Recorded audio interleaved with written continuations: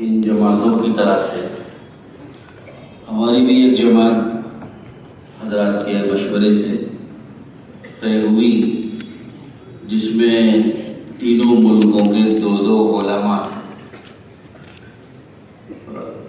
بنگلہ دیش کے 2 علماء تھے، رائے سے 2 علماء، اور ہم ہندوستان سے 2، میں اور مولانا عثمان صاحب بمبئی کے۔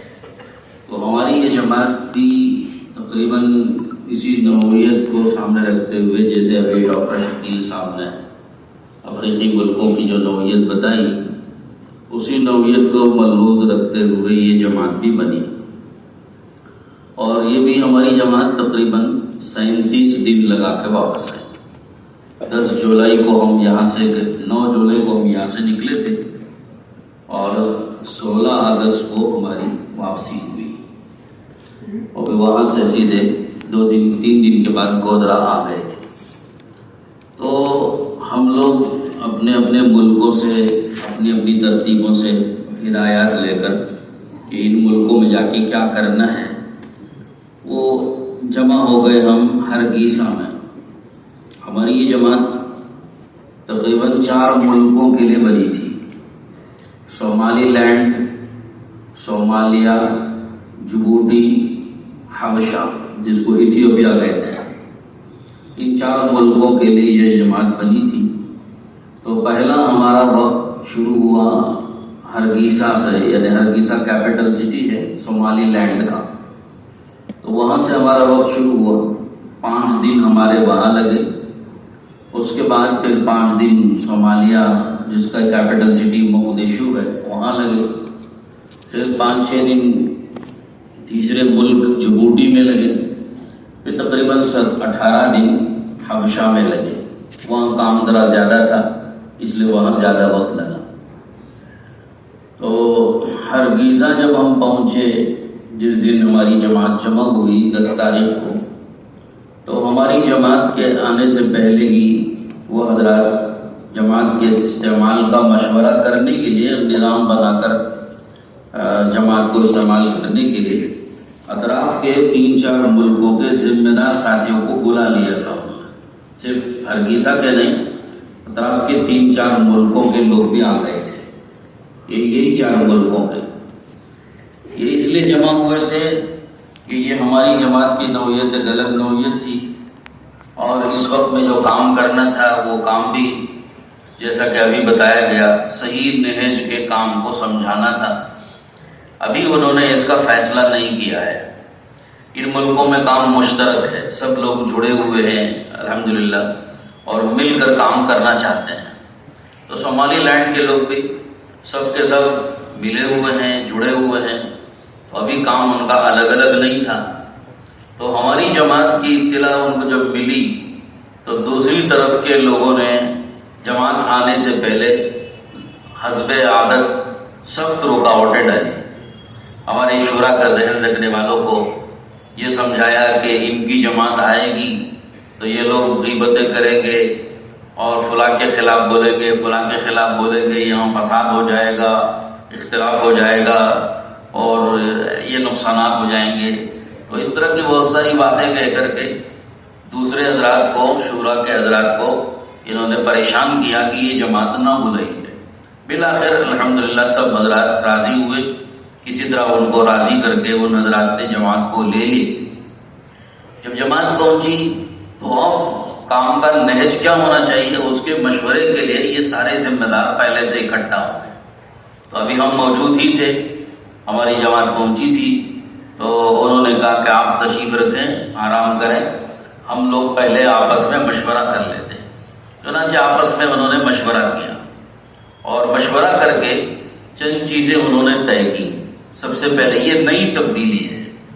پہلے تو زیادہ تر وہیں کی جماعتیں آتی رہی، ہماری طرف کی کوئی جماعت ہی آتی نہیں رہی، تو ابھی ایک نئی تبدیلی آ رہی ہے۔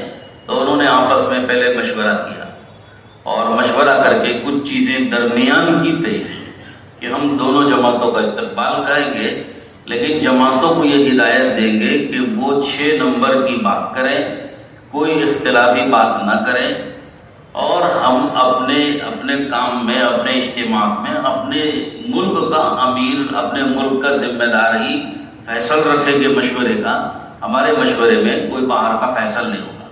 یہ 2-3 چیزوں کا فیصلہ ان کا ایک نیا فیصلہ تھا اور ایک بڑا فیصلہ تھا ان کے لیے، جو سمجھنے والے سمجھ سکتے ہیں کہ یہ کتنا بڑا فیصلہ تھا. اب ہماری جماعت کے عنوان پر انہوں نے پورے ملک کو 3 حصوں میں بلایا. ان کے 33 حلقے تھے. 33 حلقوں کو 3 حصوں میں کر کے 3 دن تک جوڑ رکھا. 11 حلقوں کا، پہلے دن 11 حلقے، دوسرے دن 11، تیسرے دن 11. تو یہ پورے ملک کا جوڑ تھا اور عصر سے اشراق تک کا جوڑ ہوتا تھا. عصر بعد مغرب کے بعد، چونکہ وہاں سب ملکوں میں عصر شافعی وقت پر ہوتی ہے، تو مغرب کے بعد سے کے مقابلے میں عصر کے بعد لمبا وقت ملتا ہے اور عصر کے بعد ہی کا بیان اصل بھی مانا جاتا ہے. تو عصر بعد، مغرب بعد، پھر فجر کے بعد مجلس ہوتی تھی، پھر دعا ہو جاتی تھی. تو اب ہم لوگوں نے جب یہ حالات دیکھے تو آپس میں مشورہ کیا. وہ نہیں چاہتے تھے کہ اختلاف ہو، ایک ہی امیر اور ایک ہی مشورے کے ماتحت پورا مجمع کام کرے. لیکن صحیح بات آنی بھی تھی. تو اب ہم لوگوں نے آپس میں طے کیا کہ بھائی کیا مذاکرہ ان حضرات سے ہونا چاہیے. تو یہ طے ہوا کہ کوئی ایسی بات نہ کہی جائے کہ جس سے صراحتاً دوسروں کا کوئی تذکرہ ہو یا دوسروں کی کوئی بات اس میں آئے. تو ایک معتدل انداز سے کام کے پرانوں کی بات سامنے آئے. تو الحمدللہ مذاکرات طے ہوئے. تو جب ہمارے ذمہ بات آئی تو پھر ہم نے موقع اچھا پا لیا کہ بھائی چلو، جب ایک طریقے سے واضح انداز سے صراحتاً ایک بات نہیں کرنی ہے لیکن ہم کو وہ بات کرنی ہے، تو ہم نے سوچا کہ اس کو مثبت انداز سے ہم ایسے انداز سے رکھ لیں کہ صراحتاً کوئی اٹیک بھی نہ ہو اور بات بھی کھل جائے. تو ہم کو بڑا فائدہ پہنچا ہمارے مولانا عبید اللہ صاحب بلیابی رحمۃ اللہ علیہ کی 14 باتوں کے بیان کرنے سے. مولانا عبید اللہ صاحب کی 14 باتیں بیان کرتے تھے، ساری وضاحت اس میں ہو جاتی تھی. اور وہ ایسے مثبت انداز کی 14 باتیں ہیں، کام کا صحیح نہج بھی پوری طرح اس میں آ جاتا اور جو نئی چیزیں چل رہی ہیں وہ بھی واضح ہو جاتی تھی. پہلی دفعہ جب یہ مذاکرہ انہوں نے سنا تو اتنے متاثر ہوئے کہ اگلے دن آ کر کہنے لگے کہ جو کل باتیں مذاکرے میں آئی تھی آج بھی پوری کی پوری وہی باتیں دہرائی ہیں. تو انہوں نے خود ہی مطالبہ کیا، ہمارا کام ہو گیا.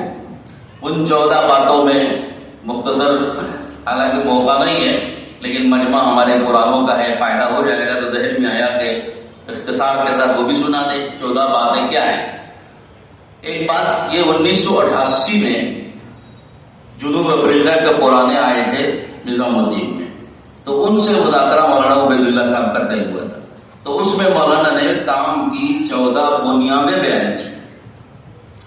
وہ باتیں 14 باتیں جب پہلی دفعہ ہم نے بیان کی تو ہر جگہ پورے 37 دنوں میں چاروں ملکوں میں جہاں بھی گئے سب جگہ یہ مطالبہ ہوتا تھا کہ وہی 14 باتیں ہم کو سنائیں.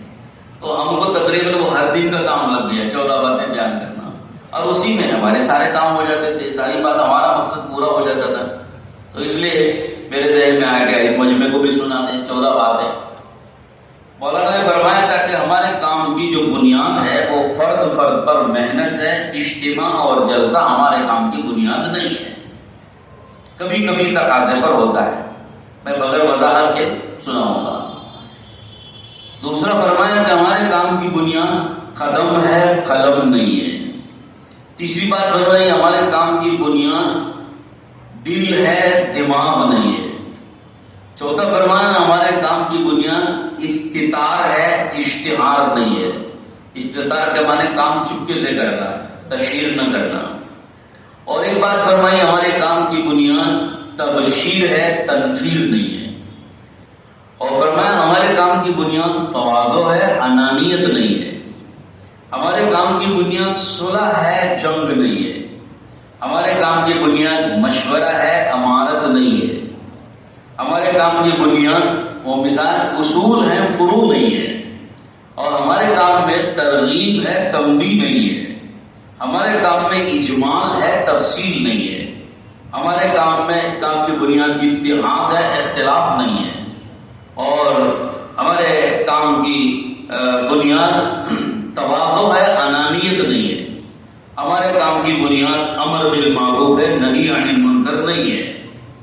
یہ بنیادیں پوری وضاحت کے ساتھ ہم کو، یعنی صرف جملے کہہ کے چھوڑتے نہیں تھے، ہر بات کے تحت اس کی تشریح ہوتی تھی، وضاحت ہوتی تھی، تو مجمع اتنا مطمئن ہو جاتا تھا، دونوں طرف کے لوگ الحمدللہ مطمئن ہو جاتے تھے، کسی کو کوئی اس میں اشکال نہیں ہوتا تھا، ہمارا مقصد پورا ہو جاتا ہے۔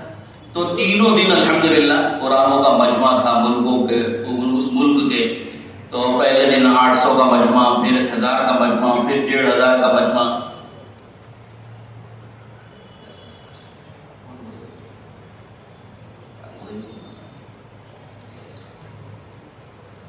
تو 3 دن کے بعد پھر چوتھا دن آئے، تو چوتھے دن میں علماء کا جوڑ تھا، وہاں کے علماء کو جوڑا گیا، علماء میں مذاکرہ ہوا، اور اسی طرح سے ایک مجلس ہم نے سوچا کہ بھئی عوام کے مجمع میں، سارے مجمع میں تو یہ وضاحت نہیں ہو سکتی، لیکن ہم نے کہا کہ آپ کی جو شورا ہے اور ملک کے کام کو لے کے چلنے والے چند اہم ذمہ دار ہیں، ان کو تو سمجھنا ضروری ہے کہ ہمارے حضرات نظام الدین چھوڑ کر کیوں الگ ہوئے، تاکہ یہ سمجھیں گے تو پھر نیچے پورے ملک میں کہیں سے بھی کوئی بات آئے گی تو یہ پرانے اس کو سنبھال لیں گے۔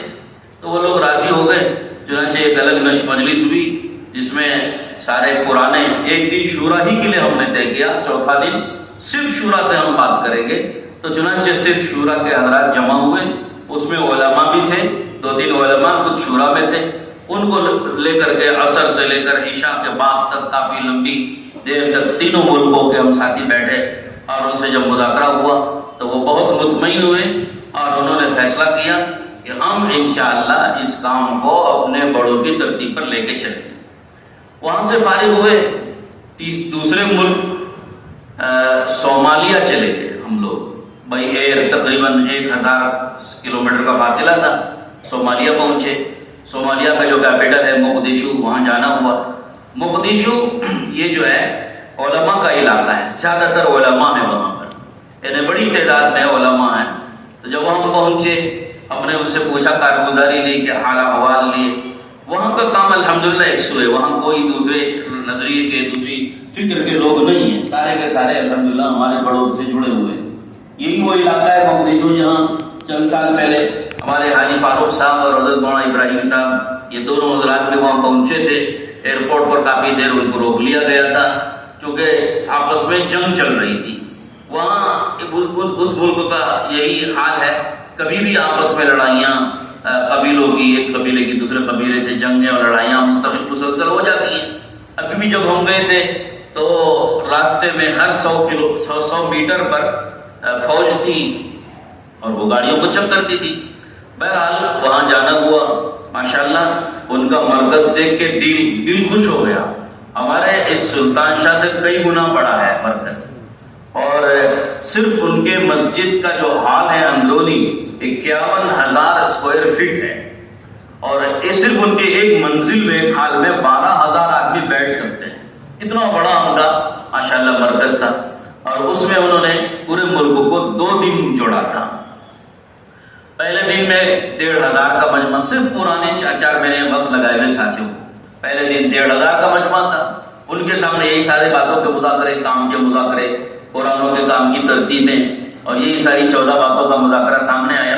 تو اگلے دن ان کا مجمع بڑھ گیا، اطراف دیہاتوں کا بھی مجمع آیا، اور تقریباً 4,500 کا مجمع ہو گیا۔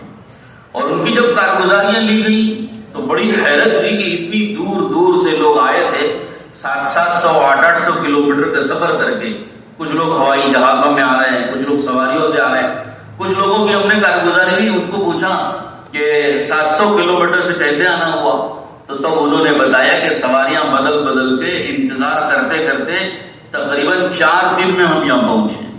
تو بڑی قربانیوں اور بڑی مجاہدے سے مجمع آیا تھا، اور جب مذاکرے ہوئے الحمدللہ مجمع بہت مطمئن ہوا۔ 2 دن ان پہ عمومی مذاکرے ہوئے، اور تیسرے دن وہاں مساجد کے ائمہ اور علماء کو جوڑا گیا تھا، اور دن میں کچھ ملاقاتیں ہوئی تھی، اور چوتھے دن صرف ان کی شورا اور کچھ اہم ذمہ داروں کو جوڑا گیا اور ان سے خصوصی طور پہ ساری وضاحت کی بات ان سے ہوئی تھی. تو اس طرح سے 5 دن تک ان کے یہاں الحمدللہ محنت ہوئی اور کام ہوا. یہ دونوں علاقوں سے فارغ ہو کے تیسرا ملک ہم وہاں سے 5 دن کے بعد جبوٹی گئے. جبوٹی میں جب ہمارا جانا ہوا تو جبوٹی ایک چھوٹا سا ملک ہے, آبادی بھی تھوڑی سی ہے, ملک جغرافیہ کے اعتبار سے بھی بہت تھوڑا ہے, مگر کام بڑا مضبوط ہے جبوٹی میں. تو جبوٹی میں انہوں نے بھی ہر دن ایک جوڑ رکھا, 3 جوڑ رکھے. تو پہلے دن پرانوں کو آدھے ملک کے آدھے پرانوں کو جوڑا, دوسرے دن آدھے پرانوں کو جوڑا, تیسرے دن انہوں نے علماء اور ائمہ کو جوڑا, اور چوتھے دن انہوں نے بھی اپنی شورا اور چند اہم ذمہ داروں کو جوڑا. اور اس کے ساتھ ساتھ ملک کے بڑے بڑے لوگوں کے ساتھ وزارتوں میں ملاقاتیں تجویز کی. ان پرانوں سے بھی ہم نے وہی مذاکرے کیے, اور ہر جگہ مذاکرے ہوتے تھے اور تشکیلیں ہوتی تھی. تو جب چوتھا دن آیا تو شام کو شورا کو جوڑا گیا تھا. تو صبح میں انہوں نے ملک کے وزارتوں میں ملاقاتیں طے کی. ایک ملاقات نائب وزیر اعظم سے ملاقات, ایک وزیر مالیات فائنانس منسٹر سے, ایک ڈیفنس منسٹر سے, اور ایک اوقاف کے منسٹر سے. یہ ملاقاتیں تجویز کی. جب ان ملاقاتوں میں ان کی پارلیمنٹ میں ہم گئے تو دیکھا اتنا احترام, اتنی عزت ان پارلیمنٹ کے ان آفسوں میں کہ لوگ کھڑے ہو جاتے تھے اور استقبال کرتے تھے. تو اندازہ ہوتا تھا کہ یہ حضرات سب کے سب تبلیغ سے اور کام سے محبت رکھتے ہیں اور مانوس ہیں.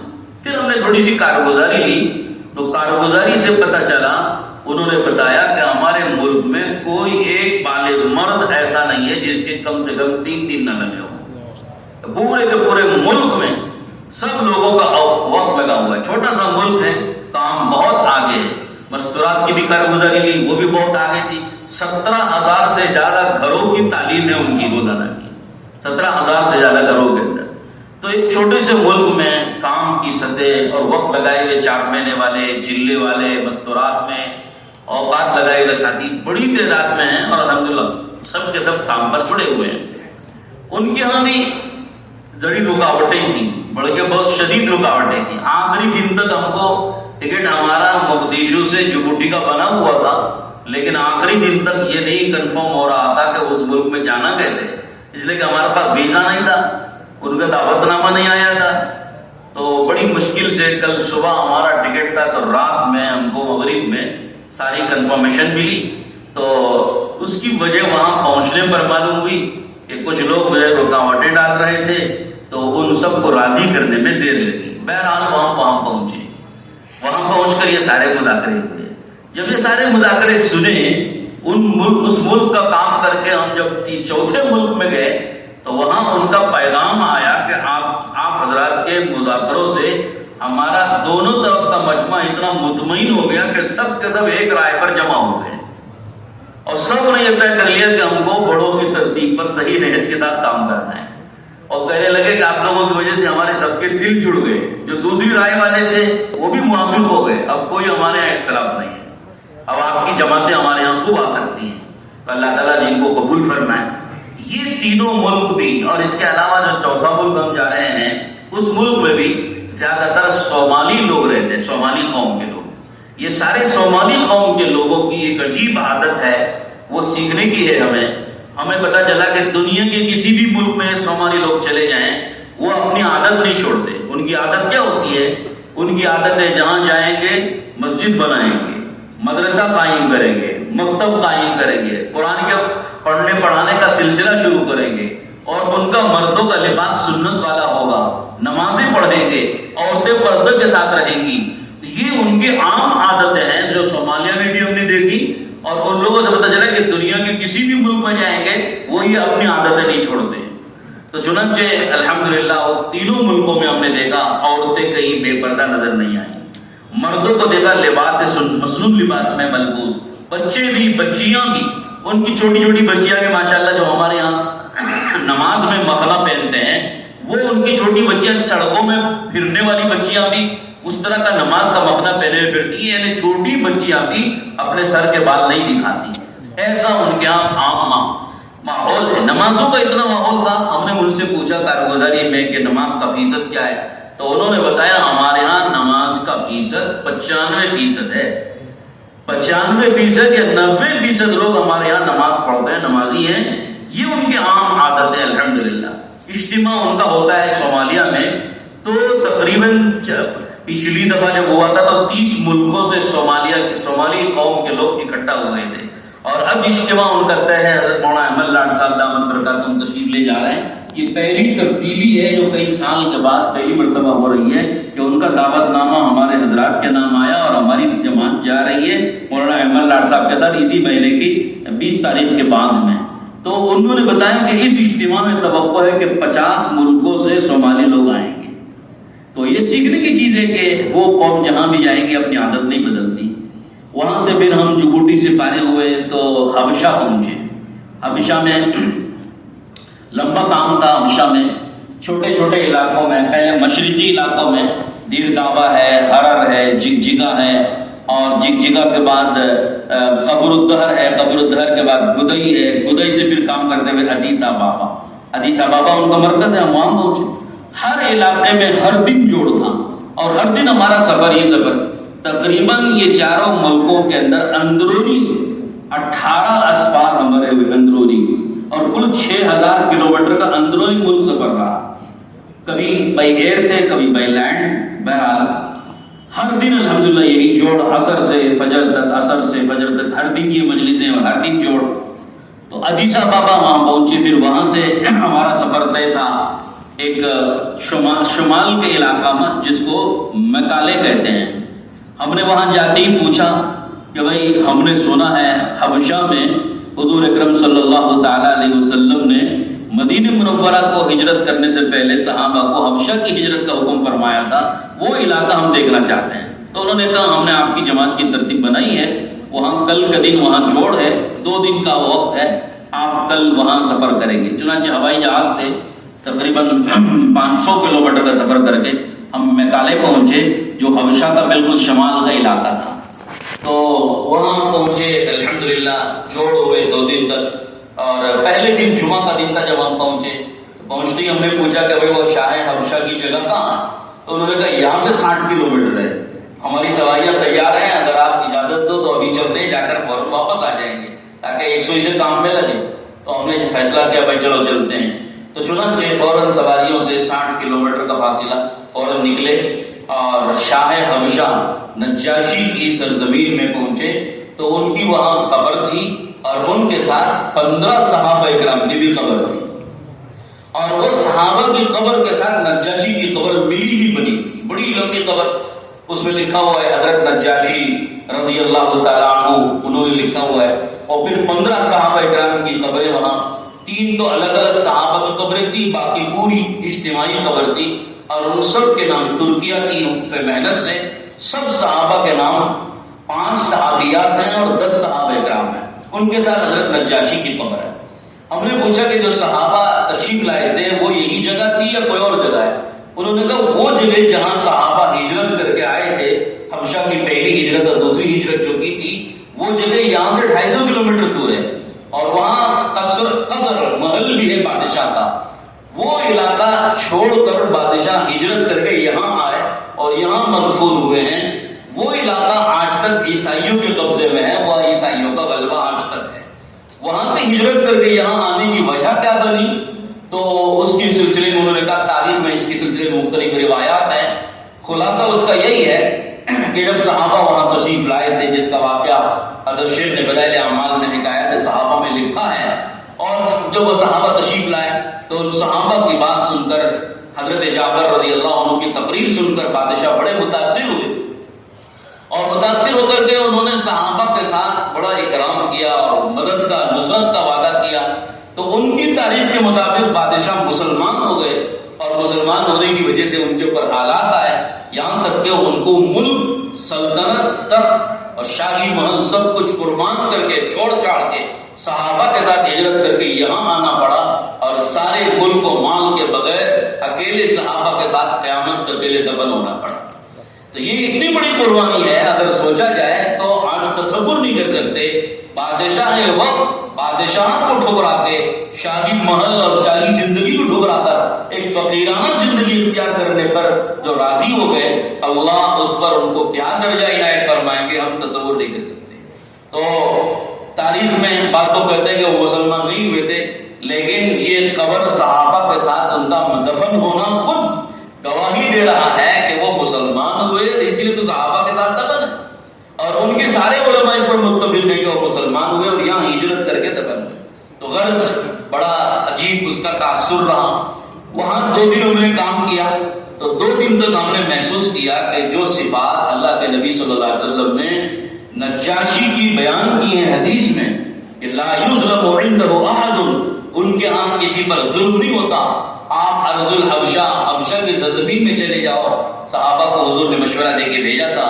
اس طرح کی صفات حضور نے بیان کی تھی. ہم نے محسوس کیا ان کے لوگوں میں آج تک وہ نرمی، وہ اخلاق، وہ اکرام اور وہ محبت آج تک ان لوگوں کے اندر میں موجود ہے. اور حبشہ کے مرکز کے ذمہ دار بھی ہمیں کہہ رہے تھے کہ پورے حبشہ میں سب سے مضبوط کام اسی علاقے کا ہے اور سب سے اچھی صفات والے لوگ وہی کے. تو الحمدللہ ان علاقوں میں کام کر کے پھر 2 دن کے بعد وہاں سے ہم واپس آئے اور وہاں سے اگلے دن واپس آتی. اگلے دن پھر 150 کلومیٹر کا دوسری جگہ سفر تھا. وہ والکبتے اس کو کہتے ہیں، جنوب میں تھا. وہاں ہم پہنچے تو ایسا لگا جیسا کہ حضور صلی اللہ علیہ وسلم کے استقبال میں جیسا مدینہ منورہ کے لوگ باہر آ کے نکل پڑے تھے، ہم وہاں پہنچے تو یہ منظر وہاں دیکھا. مرد ہیں، عورتیں، بچے، بچیاں، ایک مسجد کے بعد پنڈال ڈال کے ایک طرف عورتیں ہیں، ایک طرف بچے ہیں، ایک طرف مرد ہیں. مسجد بھری ہوئی ہے، سب سڑکوں پہ نکل کر کے جماعت کا استقبال انتظام کر رہے ہیں. تو بڑا عجیب لگا، شرم سے ہماری نگاہیں جھک گئی. اور پھر وہ زمانہ حضور صلی اللہ علیہ وسلم کے استقبال کا جو مدینہ منورہ میں کیا گیا تھا وہ یاد آیا. تو غرض بڑی صفات کے لوگ تھے. وہاں الحمدللہ مذاکرے ہوئے. وہاں پہنچنے پر ایک تھوڑی دیر کے بعد ایک بڑے عالم نوجوان تھے، انہوں نے آ کے ملاقات کی اپنے مریدین کے ساتھ. پتہ چلا کہ ان کے والد گرامی بڑے بزرگ تھے اسی علاقے میں، اور پورا علاقہ انہی کے ہاتھ میں مسلمان ہوا تھا، ان کے والد کے ہاتھ میں. اور آج یہ پورے دینی امور کے حکومت کی طرف سے وزیر وہاں پر مقرر ہیں. تو وہ وزیر تھے، انہوں نے آ کے ملاقات کی. بہت دیر تک گفتگو ہوتی رہی. انہوں نے یہی پوچھا کہ ہمارے بزرگوں نے نظام الدین کو کیوں چھوڑ دیا. تو ہم نے مختصر ان کو عربی میں ساری بات بتائی. بعد میں پتہ چلا کہ یہ اس لیے پوچھ رہے تھے کہ آپ کی جماعت آنے سے پہلے کچھ لوگ ان کے پاس وزارت میں پہنچ کے شکایت لے گئے تھے کہ اس جماعت کو مت آنے دو، یہ آئیں گے تو یہاں فساد کریں گے، فتنہ کریں گے. تو انہوں نے ان لوگوں کو اپنی طرف سے خود وضاحت کر کے یہ مطمئن کر دیا تھا کہ انشاءاللہ ایسی بات نہیں ہوگی، ہم خود موجود رہیں.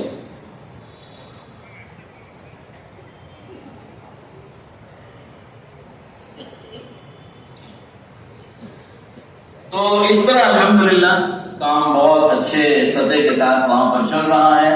کارگزاری الحمدللہ اتنی ہے کہ ساری کارگزاری کا موقع بھی نہیں ہے، وقت بھی ہو چکا ہے، اذان بھی قریب ہے. تو ان ملکوں میں جانے سے ملکوں کے کام کی سطح بھی معلوم ہوتی